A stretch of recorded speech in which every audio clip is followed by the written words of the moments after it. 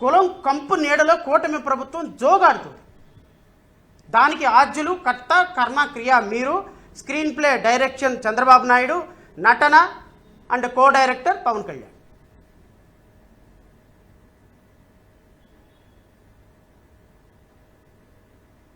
ఒక ప్రభుత్వ భూమిలో అనుమతులు లేకుండా, కలెక్టర్ ఎన్ఓసి లేకుండా నేను రామాలయం కడతాను, ఎవడు ఆపుతాడో చూస్తానని సవాలు చేసుకోవడానికి అది వేదిక అని అడుగుతున్నాను. మీకు రాజకీయాలు చేసుకోవడానికి చాలా ఉన్నాయి, ప్రెస్ మీట్లు పెట్టుకోవడానికి చాలా ఉన్నాయి. మీకు అంతగా రోజు జలబుట్టి ప్రెస్ మీట్లు పెట్టుకోవాలి అనుకుంటే you being resign as a deputy speaker and then మీరు ఏమి ప్రెస్ మీట్లు పెట్టుకుంటారో పెట్టుకోండి. సో ఇది రాష్ట్రంలో ఉన్నటువంటి కొన్ని లక్షల మంది క్రిస్టియన్ అండ్ మత సాంప్రదాయాలను దెబ్బతీసే ప్రయత్నం అనైతే నేను మీ ద్వారా కూటమి ప్రభుత్వానికి హెచ్చరించదలుచుకున్నాను. న్యాయస్థానంలో కేసు ఉంది. ఖచ్చితంగా నేను ఇంకోటి కూడా చెప్పాలి. గౌరవ సుప్రీంకోర్టు, బహుశా రఘురామకృష్ణరాజు గారికి తెలిసే ఉండొచ్చు, నేను ఈ జడ్జిమెంటు హైకోర్టులో చూపించిన తర్వాత బహుశా ఆయన చదివి ఉంటాడు. గౌరవ సుప్రీంకోర్టు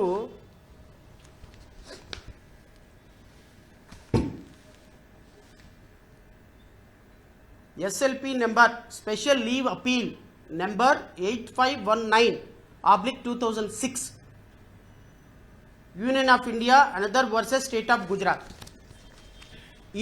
ఈ సుప్రీంకోర్టు జడ్జిమెంట్ ప్రకారం ఏ ప్రభుత్వ స్థలాల్లో కూడా రిలీజియస్ కన్స్ట్రక్షన్స్ కట్టకూడదు.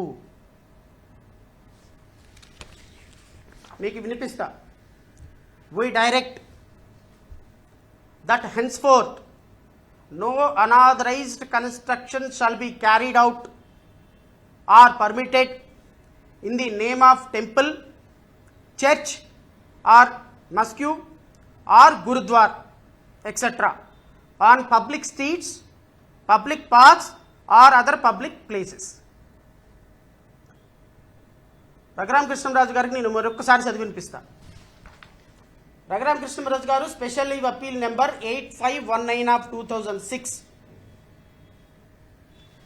దీని ప్రకారం గౌరవ సుప్రీంకోర్టు ఇచ్చినటువంటి జడ్జిమెంట్ ఏంటి అంటే, we direct that henceforth no unauthorised construction shall be carried out or permitted in the name of temple, church or mosque. మసీదు కావచ్చు, టెంపుల్ కావచ్చు, చర్చ్ కావచ్చు, ఏ మతపరమైనటువంటి కన్స్ట్రక్షన్స్ కూడా పబ్లిక్ రోడ్స్లో కానీ, పబ్లిక్ స్ట్రీట్స్లో కానీ, పబ్లిక్ ల్యాండ్స్లో కానీ కట్టకూడదు అని సుప్రీంకోర్టు ఇచ్చినటువంటి క్లియర్ డైరెక్షన్. సుప్రీంకోర్టు ఇంకా ఒకటి చెప్పింది, in respect of the unauthorised constructions of religious nature which was already taken place, the state government and the union territories shall review the same on case to case basis and take appropriate steps as expeditiously as possible. ఈ judgement ఇచ్చే నాటికే ఏమైనా temples కానీ, మసీదులు కానీ, చర్చిలు కానీ, public ప్లేసెస్లో అనాథరైజ్డ్ కన్స్ట్రక్షన్స్ ఉంటే కేస్ టు కేస్ బేసిస్లో ఆ రాష్ట్ర ప్రభుత్వాలు వాటిని తీసివేసే ప్రయత్నం చేయండి, తీసివేయాలి అని supreme court direction. In order to ensure compliance of our directions, we direct all the district collectors and the magistrates, deputy commissioners in charge of the districts to ensure that there is a total compliance of the order passed by us. They are directed to submit a report within 4 weeks to the concerned chief secretaries or the administrators of the union territories, who in turn will send a report to this court within 8 weeks from today. అందరు జిల్లా కలెక్టర్లకి, municipal కమిషనర్లకి ప్రభుత్వ స్థలాల్లో ఉన్నటువంటి టెంపుల్స్ని తీసివేసి complaints report సుప్రీంకోర్టుకి 2009 సంవత్సరంలో submit చేయాలి అని 2006 సంవత్సరంలో ఇచ్చినటువంటి జడ్జిమెంట్, ఈ జడ్జిమెంటు 2009 సంవత్సరానికి సబ్మిట్ చేయమంటే ఆంధ్రప్రదేశ్ రాష్ట్రంతో సహా భారతదేశంలో ఉన్న అన్ని రాష్ట్రాలు ఈ జడ్జిమెంట్ని కంప్లై చేసి రాష్ట్రంలో ఏ పబ్లిక్ రోడ్స్లో కూడా టెంపుల్స్, మసీదులు, చర్చిలు లేవని కంప్లై చేసి 2018 సంవత్సరంలో ఆంధ్రప్రదేశ్ రాష్ట్రం కూడా సుప్రీంకోర్టులో ఒక కంప్లైయన్స్ రిపోర్ట్ వేసి మా రాష్ట్రంలో ఏ విధమైన పబ్లిక్ ప్లేసెస్లో చర్చిలు మసీదులు టెంపుల్స్ లేవు అని ఆంధ్రప్రదేశ్ రాష్ట్ర ప్రభుత్వం కూడా సుప్రీంకోర్టులో కంప్లైంట్స్ రిపోర్ట్ వేసింది. ఇప్పుడు నేను అడుగుతున్నా రఘురామకృష్ణరాజు గారిని, according to the supreme court judgement a public ప్లేస్లో కూడా ప్రభుత్వ స్థలాల్లో టెంపుల్స్ చర్చిలు మసీదులు కట్టకూడదు. మీరు ఆకివీడులో ఏదైతే సర్వే నెంబర్ చెప్తున్నారో రామాలయం ఉందని చెప్తున్నారో గొంతెమ్మ గుడి ఉందని వాళ్ళు చెప్తున్నారో ఇది సర్వే నెంబర్ 470/12. ఇది ఇప్పటికీ కూడా ప్రభుత్వ భూమిగానే ఈ రికార్డుల్లో ఉంది. సుప్రీంకోర్టు జడ్జిమెంట్ ప్రకారం ఏ ప్రభుత్వ భూమిలో కన్స్ట్రక్షన్ కట్టడానికి లేదు, కలెక్టర్ ఎన్ఓసి ఇవ్వటానికి లేదు. ఒకవేళ రేపొద్దున ఈస్ట్ గోదావరి కలెక్టర్ని నేను తోపుని, నేను తురుంకాన్ని, నేను పెద్ద డిప్యూటీ స్పీకర్నని ఎన్ఓసి అడగడానికి ప్రయత్నం చేశారనుకోండి, కలెక్టరు సుప్రీంకోర్టు ముందుకు వెళ్ళి చేతులు కట్టుకొని కంటెంప్ట్ ఆఫ్ ది కోర్టులో నుంచోవాల్సి వస్తుంది. ట్రిపుల్ గారు మీకే కలెక్టరు సుప్రీంకోర్టులో కంటెంప్ట్ ఆఫ్ ది కోర్టులో వెళ్ళి నుంచోవాల్సి వస్తుంది. ఆల్రెడీ కలెక్టర్ ఎన్ఓసి ఇవ్వటానికి లేదు, మున్సిపల్ కమిషనర్ పర్మిషన్ ఇవ్వడానికి లేదని ఆల్రెడీ మున్సిపల్ కమిషనర్కి కలెక్టర్లకి రిప్రజెంటేషన్స్ కూడా వెళ్ళిపోయినాయి. ఒకవేళ కలెక్టర్ ఎన్ఓసి ఇస్తే కలెక్టర్ ఎన్ఓసి సుప్రీంకోర్టులో రేపొద్దున ఛాలెంజ్ చేయడానికి ఆ లోకల్ ప్రజలు సిద్ధంగా ఉన్నారు. కంటెంప్ట్ ఆఫ్ ది కోర్ట్ వేస్తాం, న్యాయస్థానంలో పోరాటం చేస్తాం. అక్కడ గొంతెన్నమ్మ గుడి మాత్రమే కట్టాలి అనేది లోకల్ ప్రజల యొక్క ఆలోచన. లోకల్ ప్రజల యొక్క ఆలోచన ప్రకారం అధికారులు కూడా నిలబడాలి. Because it is a democratic country, peoples wish should be respected. ఇది మీరు మైండ్లో పెట్టుకుంటే బాగుంటుంది. లేదు రామాలయం కడతాను, లేకపోతే నేను ఇంకో చర్చి కడతాను, లేకపోతే పడేస్తాను, రాష్ట్రం మొత్తం అల్లకొలను సృష్టించాలని సృష్టించండి, అది మీ కూటమి ప్రభుత్వం ఇష్టం. మా వరకు లోకల్ ప్రజలు అక్కడ అది నిజంగానే అధికారుల రిపోర్ట్లో రామాలయమే అని వచ్చిందనుకోండి, రామాలయం కట్టుకోండి, మేమే అబ్జెక్షన్ చేయం కదా, మాకేంటి అవసరం. మేము ఉంటాం అక్కడ వెళ్ళి, మీరుంటారు అక్కడ వెళ్ళి, ఎవరూ ఉండం. అక్కడ ఉండేది లోకల్ ప్రజలు, దీపం పెట్టాల్సింది లోకల్ ప్రజలు, అక్కడ పూజలు చేయాల్సింది లోకల్ వాళ్ళు, మీరు నేను ఉండం కదా.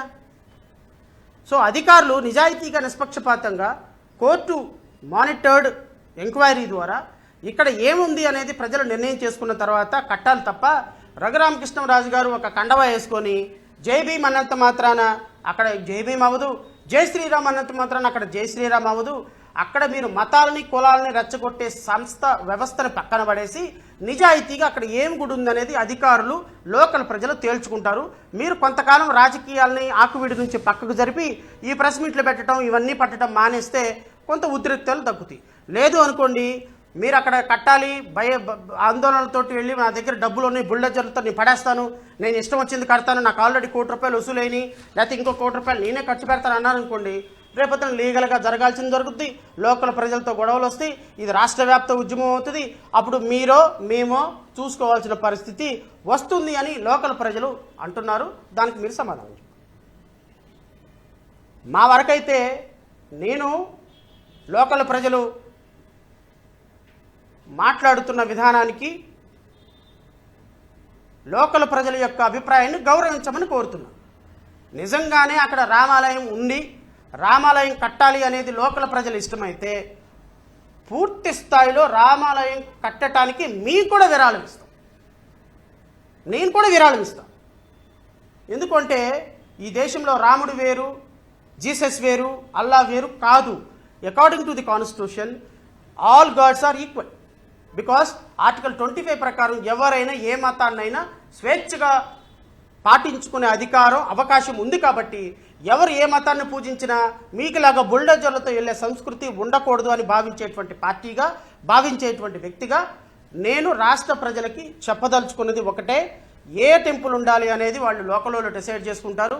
మీరు అనవసరమైన పిచ్చి పిచ్చి మాటలు మాట్లాడి లోకల్ ప్రజల్ని, వాళ్ళు క్రిస్టియన్లు, నిన్న పిటిషనర్లు అందులో ఒకళ్ళంట క్రిస్టియన్ పేరు పెట్టుకున్నారంట, అందువల్ల ఆవిడ క్రిస్టియన్ అంట. అంటే క్రిస్టియన్ పేరు పెట్టుకున్న వాళ్ళు వెంకటేశ్వరులు అని పెట్టుకుంటారు పేరు. ఆయన వెంకటేశ్వరులు అని పెట్టుకున్నంత మాత్రాన ఆయన హిందూ అవుతాడా? ఏలియా అని పెట్టుకున్నంత మాత్రాన ఆయన క్రిస్టియన్ అవుతాడా? పేర్లతో మీరు వ్యక్తి యొక్క కులాన్ని తీసేస్తారా? అంటే ఎక్కడికి వెళ్తున్నాము, మనం ఏం ఆలోచిస్తున్నాము, ఇంత గొప్ప పదవులో ఉండి మనం ఆలోచించే విధానం ఇదే. సో కాబట్టి నేను గౌరవనీయులైనటువంటి రఘురామకృష్ణరాజు గారికి చెప్తున్నా, ముందు మీరు డిస్ట్రిక్ట్ కలెక్టర్ దగ్గర నుంచి అనుమతి తీసుకోండి, మున్సిపల్ కమిషన్ దగ్గర నుంచి పర్మిషన్ తీసుకోండి.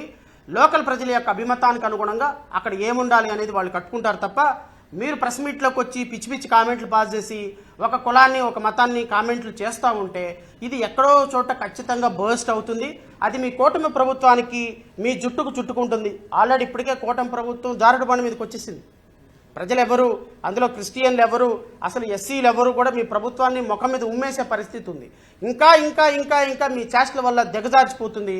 మీరు చేసేది నిజంగా మా మంచి కోసమే అని నేను భావిస్తున్నాను. ఎందుకంటే ప్రభుత్వం మీద మేము పోరాటం చేస్తున్నాం. మా మా మా మా మా వల్ల ఎన్ని ఓట్లు పోతాయో నాకైతే తెలియదు, కానీ మీ వల్ల సొంకనాగిపోతుంది కూటమి ప్రభుత్వం. ఇంకా అది మేము మిమ్మల్ని వెల్కమ్ చేస్తున్నాం. మరి ఒక విధంగా మీరు మాట్లాడటానికి మేము ప్రోత్సహిస్తున్నామని అనుకోండి. మీరు ఎంత మాట్లాడితే మాకు అంత మంచిది. ఎందుకంటే మీరంత గొప్పగా, మీరంత ఎన్ని ప్రెస్ మీట్లు పెడితే, ఎంత సర్కాస్టిక్గా మాట్లాడితే, ఎంత కులాన్ని అవమానిస్తే, ఎంత క్రైస్తవ సాంప్రదాయాన్ని అవమానిస్తే, ఎంతమంది పాస్టర్లను చేస్తే ఆ పాస్టర్లకి ఆ కులానికి సిగ్గు వస్తుంది. ఎందుకంటే వాళ్ళందరూ మీకు ఓటేసిన కారణంగా, ఓటేసి తిప్పి తన్ను తెన్నించుకుంటున్న కారణంగా, ఓటేసి సెకండ్ గ్రేడ్ పీపుల్ లాగా అవమానపడుతున్న భాగంగా మీరు చేసే ప్రతి కామెంట్ వాళ్ళ గుండెను తాకుతుంది. ఇది ఖచ్చితంగా మీ కూటమి ప్రభుత్వానికి ఒక దెబ్బ తగులుతుందని అయితే నేను భావిస్తూ నాకు అవకాశం ఇచ్చినటువంటి మీడియా సోదరులకి హృదయపూర్వకంగా నమస్కారాలు తెలియజేసుకుంటూ జై హింద్.